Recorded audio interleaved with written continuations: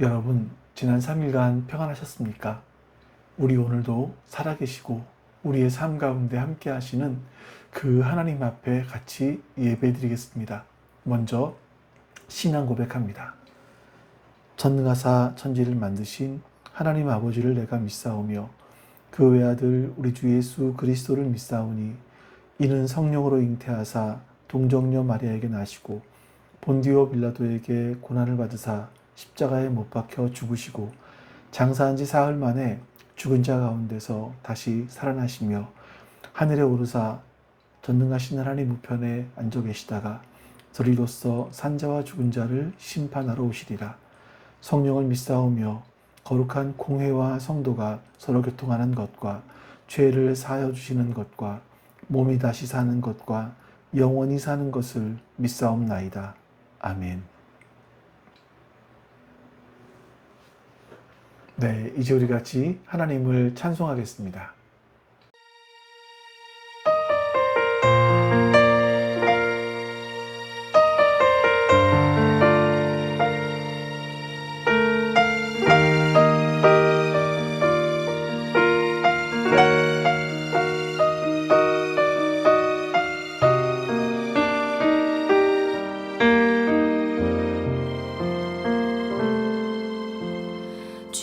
주님 다시 오실 때까지 나는 이 길을 가리라. 좁은 문 좁은 길 나의 십자가 지고 나의 가는 이 길 끝에서 나는 주님을 보리라. 영광의 내 주님 나를 맞아주시리.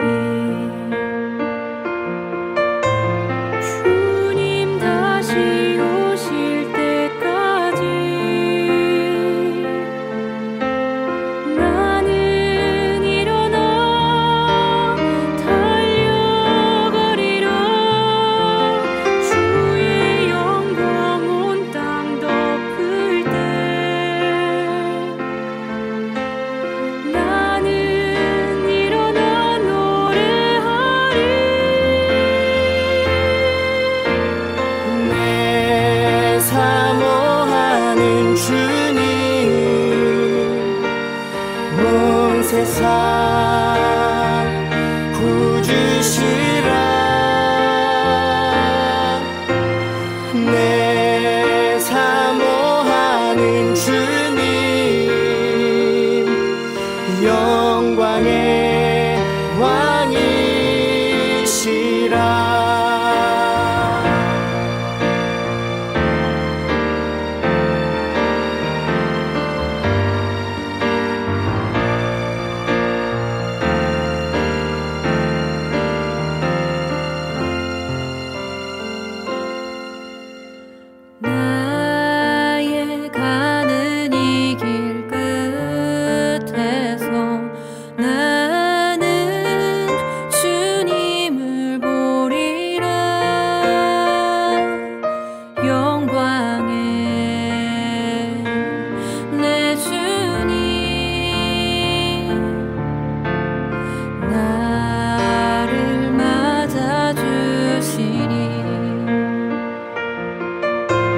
주님 다시 오실 때까지 나는 일어나 달려가리라. 주의 영광 온 땅 덮을 때 나는 일어나 노래하리. 내 삶은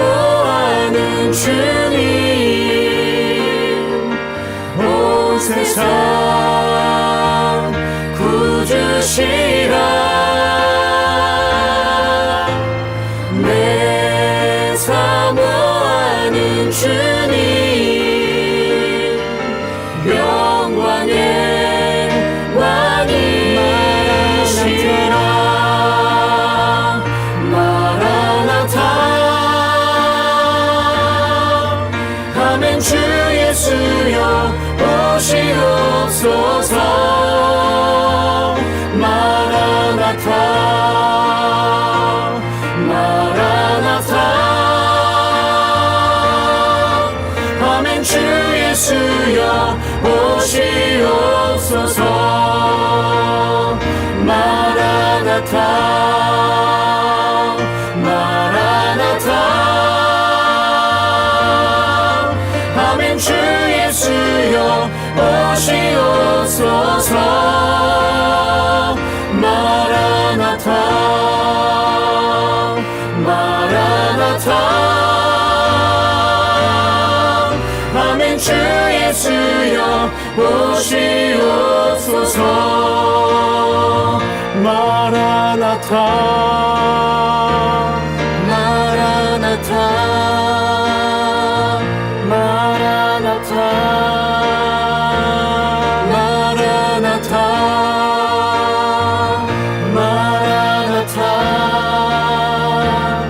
마라나타 마라나타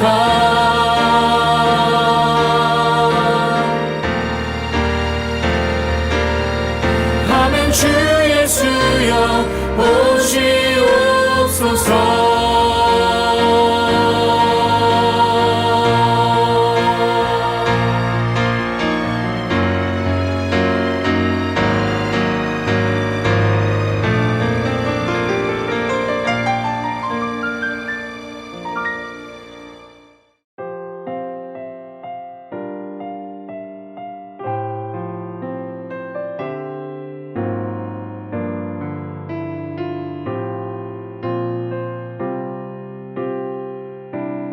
내 아버지 그 품 안에서 내 영혼은 안전합니다. 주 손길로 내 삶을 안으시니 그 평강이 나를 덮습니다.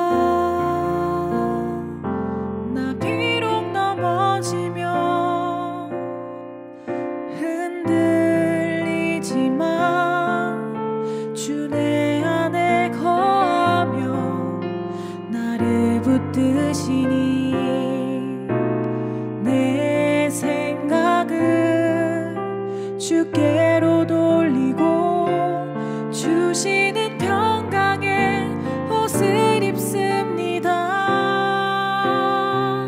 주 약속 안에서 내 영혼 평안해.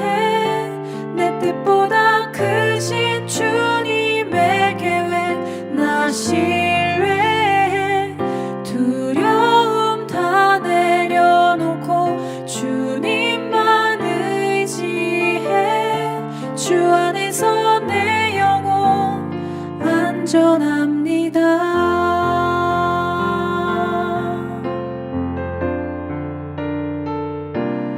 내 아버지 그 품 안에서 내 영혼은 안전합니다. 주 손길로 내 삶을 안으시니 그 평강이 나를 덮습니다.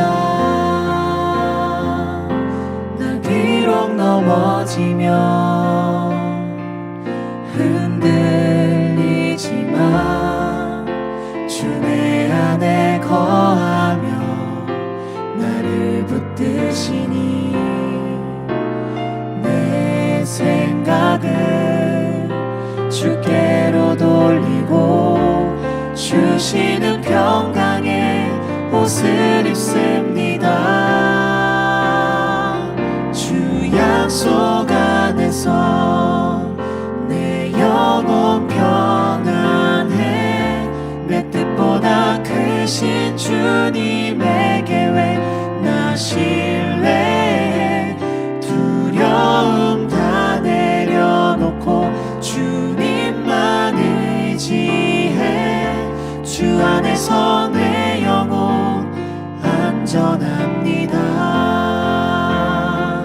주 약속 안에서 내 영혼 평안해. 내 뜻보다 크신 주님의 계획 나 신뢰해. 두려움 다 내려놓고 주님만 의지해. 주 안에서 내 영혼 안전합니다. 주 약속 안에서 내 영혼 평안해. 내 뜻보다 크신 주님의 계획 나 신뢰해. 두려움 다 내려놓고 주님만 의지해. 주 안에서 내 영혼 안전합니다. 두려움 다 내려놓고 주님만 의지해. 주 안에서 내 영혼 안전합니다.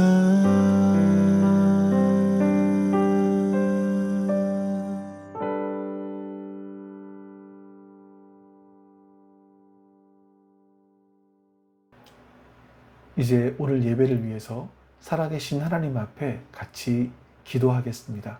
옆에 기도 제목 보시면서 우리 기도합니다. 내 사랑이 내 백성을 포기 못하니 내 모든 것 내어주고 나 그들을 얻으리라. 여호와께 돌아가자. 우린 돌아서도 그는 변치 않네. 여호와께 돌아가자. 우린 넘어져도 그 사랑 영원하네.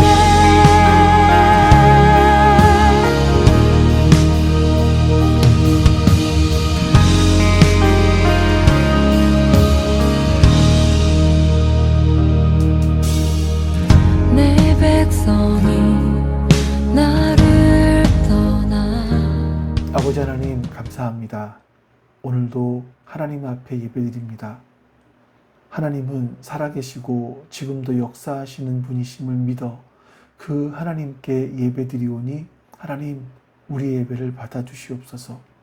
우리가 하나님을 영과 진리로 예배하게 해주시옵소서.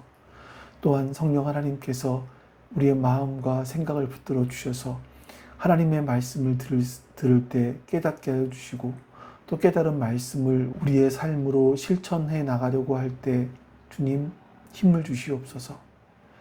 주님 오늘도 주님께서 기쁘게 우리 예배를 받아주시기를 소망합니다. 감사드리며 우리 주 예수 그리스도의 이름으로 기도하옵나이다. 아멘.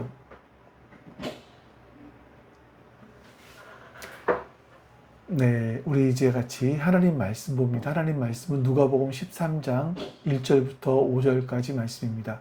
누가복음 13장 1절부터 5절까지 말씀.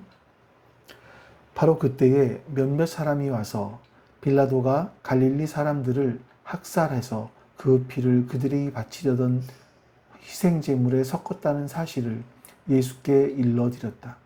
예수께서 그들에게 대답하셨다. 이 갈릴리 사람들이 이런 변을 당했다고 해서 다른 모든 갈릴리 사람보다 더 큰 죄인이라고 생각하느냐? 그렇지 않다. 내가 너희에게 말한다. 너희도 회개하지 않으면 모두 그렇게 망할 것이다. 또 실로암에 있는 탑이 무너져서 치여 죽은 18사람은 예루살렘에 사는 다른 모든 사람보다 더 많이 죄를 지은 사람이라고 생각하느냐? 그렇지 않다.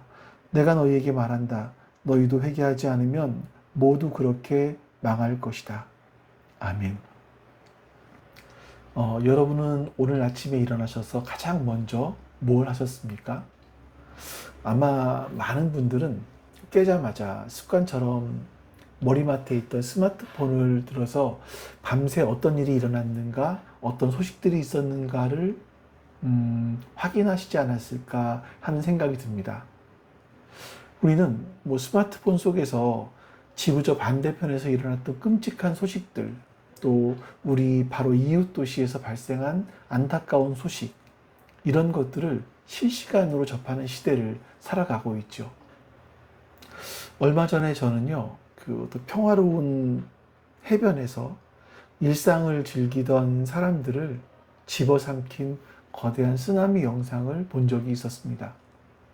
마치 그 영화의 한 장면처럼요, 그냥 거대한 파도가 밀려 들어와서 그냥 모든 것을 삼켜버리는 겁니다. 사람들은 속수무책이었죠. 또 최근 뉴스를 보면 아주 이해할 수 없는 비극들이 너무나 자주 일어나게 됩니다. 멀쩡한 다리가 무너지기도 하고 수십 명의 사상자가 나기도 하고, 또 화목했던 가정에서 가정이 하루아침에 화재가 나서 풍비박산이 나기도 하고, 이런 충격적인 소식을 들을 때마다 그러니까 우리 마음속 가장 깊은 곳에서 본능적으로 떠오르는 질문들이 있습니다. 뭐냐면 왜? 라는 질문이죠. 왜 하필 저 사람들입니까? 하나님, 저 어린아이에게 왜 저런 사람에게 저렇게 끔찍한 일이, 끔찍한 고통이 찾아왔습니까? 라는 그런 물음일 거예요. 인간은 본능적으로 그 눈앞에 펼쳐진 비극에 대해서 이유를 찾으려고 애를 씁니다. 그리고 가장 손쉽게 찾을 수 있는 이유가 뭐냐면 인과응보예요. 원인이 있었으니까 결과가 있지. 이런 논리를 그 안에 적용하려고 합니다. 그래서 우리는 무의식적으로요, 희생자들에게 어떤 특별한 이유가 있을 거다라는 생각을 하게 되는 거예요. 혹시 그들이 남들이 알지 못하는 악한 죄를 지었기 때문은 아닐까? 이런 생각들인 거죠. 자, 왜 그렇습니까? 그렇게 해야지만 나는 저들처럼 살지 않았으니 안전하다라는 어떤 일종의 안도감 같은 거를 얻을 수 있기 때문이 아닌가 하는 생각이 들어요. 어쩌면 이것은요, 이해할 수 없는 고통 앞에서 나 자신을 보호하려고 하는 인간의 연약한 자기방어 기제일지도 모르겠습니다.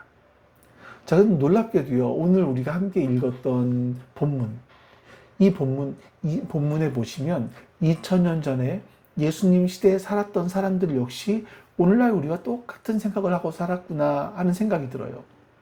그러니까 오늘 본문 바로 앞에 12장, 지난주에 우리가 이것을 다 다루지는 못했습니다만, 누가복음 12장 마지막 부분에 보면요, 예수님께서 무리를 향해서 아주 중요한 가르침을 하나 주셨죠. 우리 그 말씀을 보겠습니다. 예수께서 무리에게 말씀하셨다. 너희는 구름이 서쪽에서 이는 것을 보면 소나기가 오겠다고 서슴지 않고 말한다. 그런데 그대로 된다. 또 남풍이 불면 날이 덥겠다고 너희는 말한다. 그런데 그대로 된다. 유선자들아, 너희는 땅과 하늘의 기상은 분간할 줄 알면서 왜 이 때는 분간하지 못하느냐. 예수님은요, 눈에 보이는 날씨는 예측할 줄 알면서 정작 정말 중요한 영적인 시대의 징조, 즉 하나님 나라의 관점에서 지금이 어떤 때인지를 깨닫지 못하는 그런 영적 무지에 대해서 꾸짖으신 거죠. 근데 오늘 본문은요, 그때 마침이라는 말로 시작을 합니다. 그러니까 예수님께서 이 시대를 분별해야 된다라고 말씀하시는 걸 듣고 몇몇 사람들이 마치 자신들은 시대를 잘 분별하고 있는 것처럼 당시 사회를 떠들썩하게 했던 충격적인 사건 하나를 가지고 와서 예수님께 질문을 던지는 겁니다. 그리고 그 질문에 대한 예수님의 대답은요, 당시 사람들은 물론 오늘날 우리들 역시 우리들이 갖고 있는 통념들을 완전히 뒤집어 엎는 혁명적인 가르침을 우리에게 해주세요. 우리가 오늘 말씀을 통해서 예기치 못한 재난, 또 고통 앞에서 우리가 품어야 하는 올바른 신앙적인 태도가 뭔지, 그리고 그 사건들을 통해서 하나님께서 우리에게 주시는 진짜 메시지는 무엇인지 함께 깨닫는 시간이 되었으면 좋겠습니다. 첫 번째, 예수님은요, 고통을 어떤 죄의 성적표로 여기는 우리의 잘못된 시선을 단호하게 깨뜨리십니다. 사람들은 아주 끔찍하고 잔인한 사건 하나를 예수님께 가지고 와서 질문을 합니다. 1절 말씀이에요. 바로 그때 몇몇 사람이 와서 빌라도가 갈릴리 사람들을 학살해서 그 피를 그들이 바치려던 희생 제물에 섞었다는 사실을 예수께 알려드렸다. 여러분, 이 한 구절에 담긴 충격적인 의미를 좀 우리가 이해하기 위해서는요, 당시의 그 폭력적인 역사적 배경들을 우리가 좀 살펴볼 필요가 있습니다. 당시 이스라엘은 로마 제국의 그 압제 아래 신음하고 있었죠. 유대 지역을 다스리던 총독이 바로 우리가 잘 알고 있는 본디오 빌라도입니다. 빌라도는 예수님을 십자가에 못 박으라고 했던 인물로 우리가 잘 알고 있는데, 그 사람이 어떤 사람인지 같은 시대를 살았던 역사가 요세푸스의 기록에 보면, 그 본디오 빌라도는요, 유대인의 종교와 관습을 의도적으로 무시했다. 그리고 자신의 목적을 이루기 위해서 학살도 서슴지 않는 아주 잔인한 통치자였다. 이렇게 표현을 합니다. 그러니까 그런 그가 갈릴리 사람들을 죽여서 그 피를 제물에다 섞었다라는 거예요. 여기에 갈릴리 사람들은 아마도 그 로마의 압제에 저항했던 열심당원들이 아니었었을까? 뭐 그런 가능성도 이야기를 하는데, 빌라도는요, 그들을 성전에서, 그것도 하나님께 제사 드리던 사람들을 학살하는 그런 만행을 저질렀습니다. 이건 유대인들에게는 상상할 수 없는 일이거든요. 최악의 신성 모독인 겁니다. 거룩한 제물에 그 부정한 인간의 피, 죽은 사람의 피, 그것도 이방인 압제자의 손에 무참하게 죽은 자신들의 동료의 피를 섞었다는 겁니다. 이건 희생자 개인의 비극을 넘어서 유대 전체의 신앙을 뿌리째 짓밟는 그런 행위였다라고 말할 수 있어요. 자, 이 충격적인 소식을 들은 사람들은요, 이 빌라도의 악행을 말하는 게 아니라 하필 갈릴리 사람들이 이런 일을 당한 것에 대해서 예수님께 무언가 좀 동의를 구하고 싶었던 것 같습니다. 예수님 보십시오. 저렇게 끔찍하게 죽은 걸 보니 저 갈릴리 사람들은 분명히 다른 갈릴리 사람들보다 더 큰 죄를 지은 것이 틀림없죠. 하나님이 저들의 죄를 심판하신 거 아니겠습니까? 이런 확신을 가지고 이야기했던 것 같아요. 이제 이게 2절 말씀 보면 더 자세히 알 수 있는 말씀인데, 그 부분은 조금 이따 보고요. 그러니까 이스라엘 사람들이 이런 생각을 가지고 있었던 그 뿌리를 본다면, 유대 사회를 지배하고 있었던 강력한 신학적 프레임, 단순화된 인과응보 신학이다라고 말할 수 있습니다. 하나님께서요, 시내산에서 이스라엘 백성들과 맺은 언약의 핵심 원리가 신명기서 28장에 기록되어 있습니다. 좀 보겠습니다. 당신들이 주 당신들의 하나님의 말씀을 귀담아 듣고 내가 오늘 당신들에게 명한 그 모든 명령을 주의 깊게 지키면 주 당신들의 하나님이 당신들을 세상의 모든 민족 위에 뛰어나게 하실 것입니다. 당신들이 주 당신들의 하나님의 말씀에 순종하면 이 모든 복이 당신들에게 찾아와서 당신들을 따를 것입니다. 저주의 말씀, 15절 말씀이에요. 그러나 당신들이 당신들의 하나님의 말씀을 듣지 않고 또 내가 오늘 당신들에게 명한 모든 명령과 규례를 지키지 않으면 다음과 같은 온갖 저주가 당신들에게 닥쳐올 것입니다. 자, 여러분, 이것이 바로 언약적 축복과 저주의 원리거든요. 그러니까 원래 이 말씀은요, 이스라엘이라는 언약 공동체 전체의 운명이 하나님의 말씀에 대한 순종에 달려있다는 것을 보여주는 어떤 거시적인 틀이었었습니다. 그러니까 국가의 번영은 순종의 열매이고 국가의 재앙은 불순종의 결과이다. 이런 걸 말씀하고 싶었던 거죠. 그런데 문제가 뭐냐면 이 거대한 공동체적, 역사적 원리가 시간이 흐르면서 어떤 개인의 삶에 기계적으로 적용되었던 겁니다. 왜곡되는 거예요. 건강하고 부유한 사람은 의로운 사람이고 가난하고 병든 사람, 재난을 당한 사람은 수문제가 있는 사람이다. 어떻게 이런 위험한 공식들이 사람들의 머릿속에 깊이 자리 잡게 되었던 겁니다. 그러니까 구약 성경에 욥을 찾아와서 자네가 까닭 없이 이렇게 고난을 당할 이유가 없다. 분명히 하나님께 무언가 잘못한 것이 있을 것이니 어서 회개해라. 이렇게 다그쳤던 욥의 친구들이 바로 이 왜곡된 신학의 대표적인 사람들이라고 말할 수 있을 겁니다. 그리고 갈릴리에서 살던 사람들, 저 갈릴리 가난한 빈민들 중에서 저렇게 끔찍하게 또 비참하게 죽었던 이유가 있다면 그것은 의심할 여지 없이 다른 모든 갈릴리 사람보다 더 악한 죄를 지은 죄인이었음이 틀림없다. 이런 생각을 했던 거죠. 그리고 자신들의 이 시대를 보는 눈에 대해서 예수님께서 어떤 신학적 권위를 실어주기를 기대하면서 이 사건을 예수님 앞에 화두로 던진 겁니다. 자, 근데 예수님은요, 그들의 기대를 산산조각 내십니다. 2절 말씀을 보겠습니다. 예수께서 그들에게 대답하셨다. 이 갈릴리 사람들이 이런 변을 당했다고 해서 다른 모든 갈릴리 사람보다 더 큰 죄인이라고 생각하느냐? 예수님은 너희 생각에 틀렸다라고 단호하게 선언하시는 거예요. 그리고 한 걸음 더 나아가서 그들의 잘못된 생각을 완전히 깨트리십니다. 3절. 그렇지 않다. 내가 너희에게 말한다. 너희도 회개하지 않으면 모두 그렇게 망할 것이다. 예수님은요, 세상에서 가장 잔인한 방식으로 죽임을 당한 사람들을 향해서 죄가 많아서 죽었다라고 손가락질하던 사람들의 편견, 영적 교만, 이걸 정확하게 깨뜨려 보시고 그 잘못된 생각의 틀을 깨뜨리시는 겁니다. 예수님은 여기서 멈추지 않으시고요. 사람들이 언급하지 않았던 또 다른 사건 하나를 이야기하시는데 4절 말씀이에요. 또 실로암에 있는 탑이 무너져서 치여 죽은 18사람은 예루살렘에 사는 다른 모든 사람보다 더 많이 죄를 지은 사람이라고 생각하느냐? 여기서 보면 실로암 망대가 붕괴했던 사건이 나옵니다. 이건 이제 첫 번째 사건과는 좀 성격이 다르죠. 첫 번째 사건인 빌라도의 사건은요, 어떤 악한 권력자에 의한 분명한 인재였습니다. 근데 예수님이 말씀하신 이 사건은요, 갑작스러운 집안 침하라든지 이런 것과 같은 자연재해, 이런 것에 가까웠습니다. 그러니까 어떻게 특정하게 가해자를 지목하기 어려운 갑작스러운 참사였다라고 말할 수 있겠죠.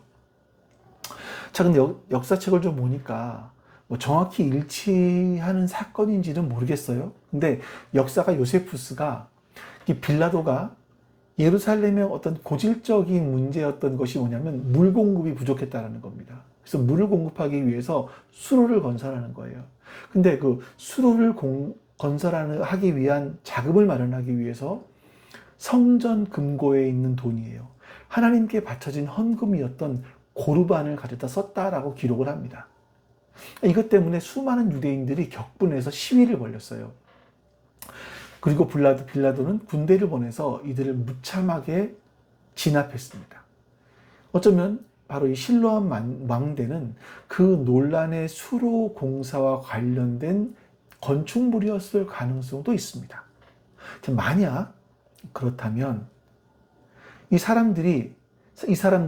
사람들은 망대에 깔려 죽은 18명을 보면서 또다시 수군거렸을 거예요. 아니, 저 거룩한 돈을 함부로 쓴 부정한 공사에 동원되어서 일을 하니까 저렇게 하나님의 저주를 받는 거지. 예수님께서는요, 이 두 가지 사건, 즉 악한 권력에 의한 학살, 또 예기치 못한 사고에 의한 죽음, 이걸 나란히 놓으시면서 세상의 모든 비극을 죄와 죄의 양과 연결하려고 하는 우리의 잘못된 관점을 완전히 무너뜨리세요. 의도적인 폭력이든 우연한 사고이든 어떤 형태의 비극적인 죽음도 그 사람의 죄의 무게와 정비례하지는 않는다라는 것을 분명하게 말씀하시는 겁니다. 우리는 요한복음 9장에서 그 날 때부터 맹인이었던 사람을 보고 제자들이 예수님께 물었던 장면을 잘 알고 있죠. 한번 그 말씀을 볼까요? 제자들이 예수께 물었다. 선생님, 이 사람이 눈먼 사람으로 태어난 것이 누구의 죄 때문입니까? 이 사람의 죄입니까? 부모의 죄입니까? 자, 이 질문을 들으신 예수님은 분명하게 대답을 하세요. 9장 3절. 예수께서 대답하셨다. 이 사람이 죄를 지은 것도 아니요 그의 부모가 죄를 지은 것도 아니다. 하나님께서 하시는 일들을 그에게서 드러내시려는 것이다. 오늘날 우리 주변에도요, 이런 욥의 친구들이 너무나 많습니다. 신실하게 신앙생활하던 가정이 갑자기 어떤 사업 실패로 어려움을 당해요. 그러면 사람들은 뒤에서 저 집사님 11조 제대로 안 하더니 그래서 그런가 봐 라고 수군거립니다. 평생 교회를 위해서 헌신하던 원사님이 암 진단을 받아요. 저 권사님 기도가 부족해서 그래. 하나님 앞에 뭔가 잘못한 게 있으니까 저렇게 벌을 받지. 너무나 쉽게 판단을 해버리는 겁니다. 여러분, 이건요, 결코 하나님의 마음이 아닙니다. 예수님은 오늘 우리에게 분명히 말씀하세요. 세상의 비극은 결코 죄로 인한 죄의 어떤 등수가 매겨지는 성적표가 아니다라는 겁니다. 우리가 겪은 고난의 무게가 우리 죄의 무게를 증명하는 것이 아니라는 거예요. 오히려 고통 속에서 신음하는 이웃을 향해 섣부른 판단의 돌을 던지는 것, 이것이야말로 하나님 앞에서 더 큰 죄가 될 수 있다는 것을 우리는 반드시 기억해야 됩니다. 자, 그렇다면 예수님은요, 이 끔찍한 사건들이 아무 의미 없이 우연이다라고 말씀하시는 겁니까? 아니죠. 그렇진 않습니다. 자, 두 번째로 예수님은 재난의 진짜 메시지는 죽은 사람을 향한 심판이 아니라 살아있는 우리를 향한 경고의 메시지다 라고 말씀하세요. 예수님은 이 사건을 보면서 우리의 시선을 180도 바꾸십니다. 그러니까 비극적인 희생자들을 향했던 판단의 시선을 바로 오늘을 살아가는 나 자신을 향한 성찰의 거울로 바꿔주시는 거예요. 3절과 5절 말씀에 보면 정확하게 동일한 말씀을 하십니다. 이렇게 말씀을 하시죠. 그렇지 않다. 내가 너희에게 말한다. 너희도 회개하지 않으면 모두 그렇게 망할 것이다. 이 예수님께서 아주 무섭고 충격적인 대답을 두 번이나 반복해서 하신 겁니다. 이게 오늘 오늘 말씀의 핵심이라고 할 수 있는데요. 예수님은 그들의 죽음에 대해서 이러쿵저러쿵 논평하던 사람들을 향해서 그들의 죽음이 아니라 이제 너희 자신의 죽음에 대해서 생각해 보아라 라고 도전하시는 거예요. 다른 사람의 비극을 보면서 나는 저들처럼 죄가 많지 않아 다행이야, 이런 안도감에 빠져 있을 때가 아니라는 겁니다. 오히려 그 끔찍한 사건을 통해서 우리 자신의 영적 상태를 점검하는 것, 우리 역시 언제든지 이 땅에서의 삶이 끝날 수 있는 유한한 존재라는 것, 연약한 존재라는 것을 깨달으라는 것입니다. 마치 이런 것과 같아요. 우리가 도로를 운전하다 보면 아주 끔찍한 교통사고를 당한 것들을 볼 수 있지 않습니까? 이런 상황을 목격했을 때 우리는 보통 끔찍하다. 저 사람이 과속을 했나 봐. 졸음운전을 한 거야? 음주운전을 한 거야? 그냥 이렇게 혀를 차면서 안타까운 마음으로 지나갑니다. 근데 예수님의 관점은 다른 거예요. 그 현장을 보면서 나도 언제든 저렇게 될 수 있구나. 나부터 정신 바짝 차리고 안전벨트를 다시 고쳐매야겠다. 겸손한 마음으로 운전대를 잡아야겠다. 이렇게 깨닫는 것이 올바른 반응이라는 거예요. 사고의 현장은 이미 세상을 떠난 운전자를 향한 비난의 자리가 아니라 살아있는 나를 향한 경고의 장소가 되어야 된다라고 말씀하시는 겁니다. 즉, 재난의 진짜 메시지는요, 이미 죽은 사람을 향한 심판의 메시지가 아니라 바로 지금 살아있는 우리 모두를 향해 울리는 경고 메시지라는 것을 우리는 기억해야 되는 겁니다. 여기서 예수님께서 말씀하신 망하리라 라는 말씀은 육체적인 죽음의 의미를 뛰어넘습니다. 헬라어 원문에 보시면 완전히 파괴되고 영원히 멸망한다. 아주 훨씬 더 깊고 무서운 뜻이 담겨 있습니다. 갈릴리 사람들이 빌라도의 칼에 허무하게 죽고 또 실로암 망대에서 망대가 무너져서 순식간에 많은 사람들이 깔려 죽었습니다.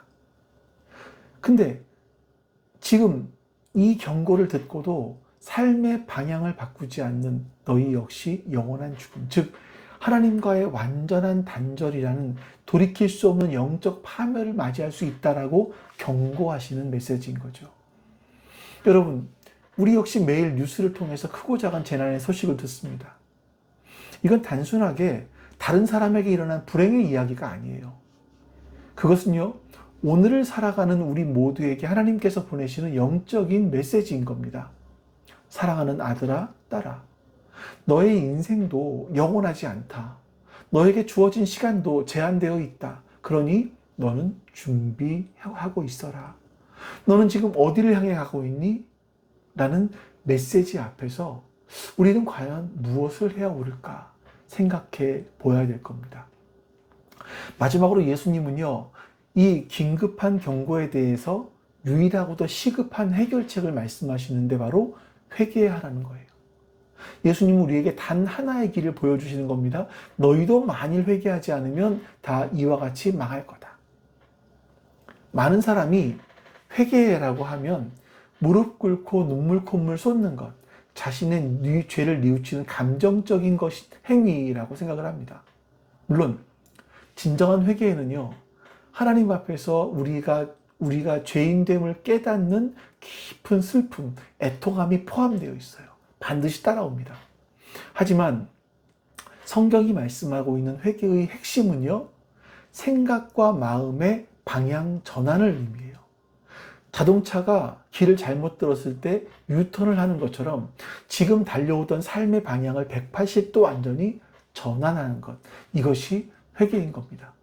지금까지는 세상의 성공을 향해서 나 자신의 욕망과 만족을 위해서 정신없이 달려가고 있었다면 이제 핸들을 180도 꺾는 거죠. 이제부터는 하나님을 향해, 하나님의 거룩한 뜻을 향해 달려가기로 결단하는 것, 그것이 성경이 말씀하고 있는 진짜 회개라는 겁니다. 자, 오늘 본문에서 예수님께서 너희에게 회개하라 말씀하셨을 때는요, 이 본문 맥락에 따른 의미가 몇 가지가 있는데, 첫 번째는 다른 사람을 판단하던 교만한 마음으로부터 돌아서는 것입니다.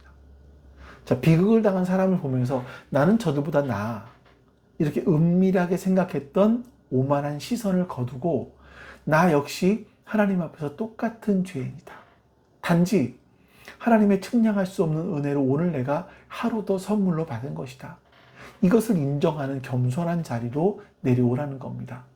또 하나, 하나님 없이도 내 힘으로 괜찮다. 이렇게 생각을 했던 자기중심적인 삶에서 돌아서는 겁니다. 세상의 재난과 사고라고 하는 경고음은요, 우리에게 이 세상이 얼마나 불안하고 예측 불가능한 곳인지를 똑똑하게 보여줍니다. 내가 그토록 의지하고 쌓아 올렸던 건강, 재물, 명예, 이런 바벨탑이 얼마나 허무하게 한순간에 무너져 내릴 수 있는지를 우리에게 깨닫게 해줍니다. 그 깨달음 앞에서 나의 힘과 나의 지혜를 의지했던 어리석은 삶을 버리고 우리의 영원한 반석 되시는 하나님께로 피하는 것. 이게 바로 회개인 거예요. 예수님은요, 이 회개의 시급성을 강조하시기 위해서 다음 주에도 보겠지만 오늘 본문 뒤에 나오는 열매 맺지 못하는 무화과 나무의 비유를 말씀하세요. 이런 말씀이죠. 한 포도원의 주인이 3년 만에 와서 열매를 구합니다. 근데 아무것도 얻지를 못해요. 그리고 아무것도 열매를 맺지 못하는 무화과 나무를 보고 화가 나서 저 나무를 찍어버리라 라고 이야기하십니다. 자, 그러자 과수원지기가 주인에게 간절히 간청을 합니다.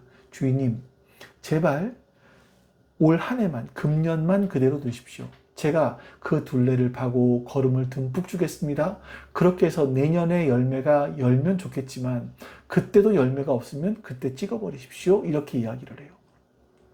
자, 이 비유에서 포도원 주인은요, 공의의 하나님을 상징하고 우리를 위해 간청하시는 과수원지기는 중보자 되시는 예수님을 비유합니다. 그리고 잎만 무성한 채 열매가 없는 무화과 나무는 바로 오늘을 살아가는 우리 자신을 상징하는 거예요. 하나님은요, 우리의 삶에서 회개라는 합당한 열매를 기대하십니다. 그리고 오랫동안, 정말 오랫동안 참아주세요. 예수님은 지금 이 순간에도 우리를 위해서 하나님, 하나님 아버지 한 번만 더 기회를 주십시오라고 변호하고 계신 겁니다.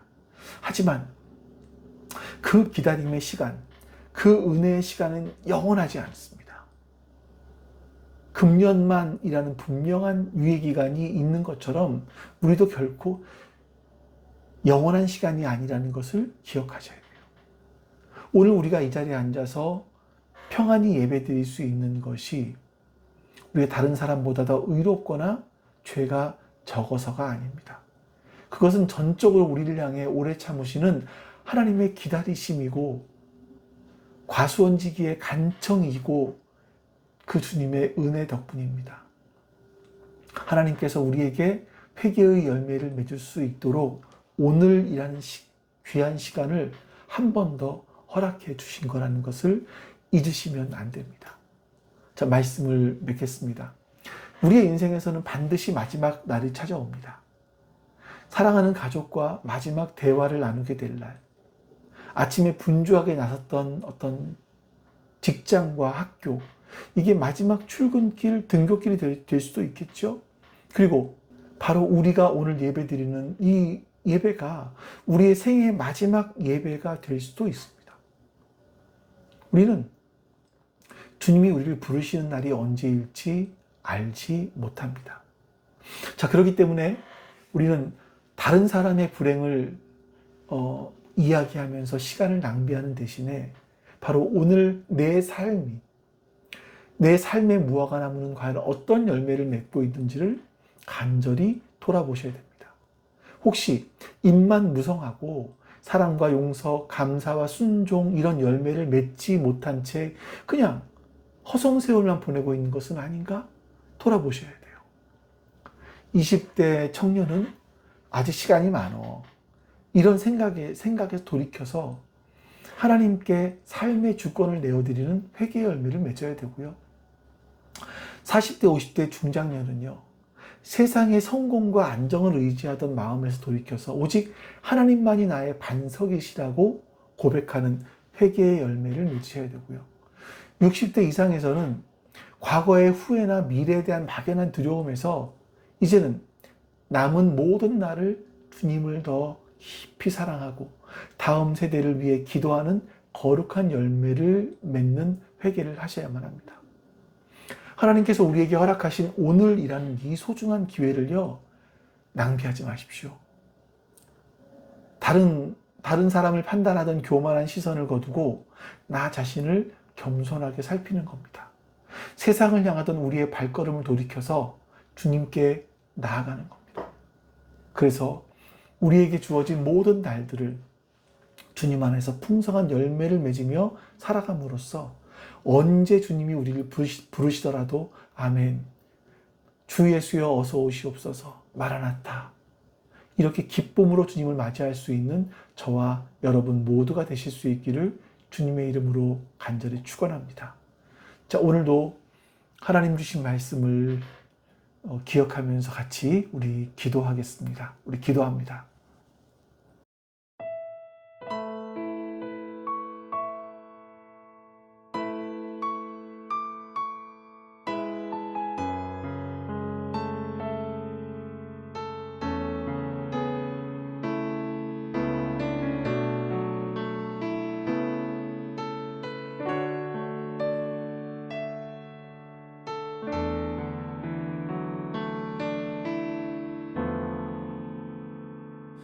나의 백성이 다 경비하여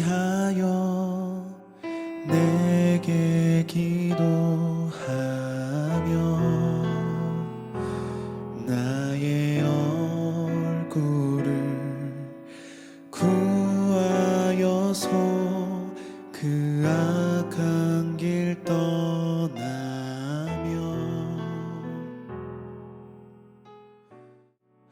하늘에서 듣고 죄를 사하며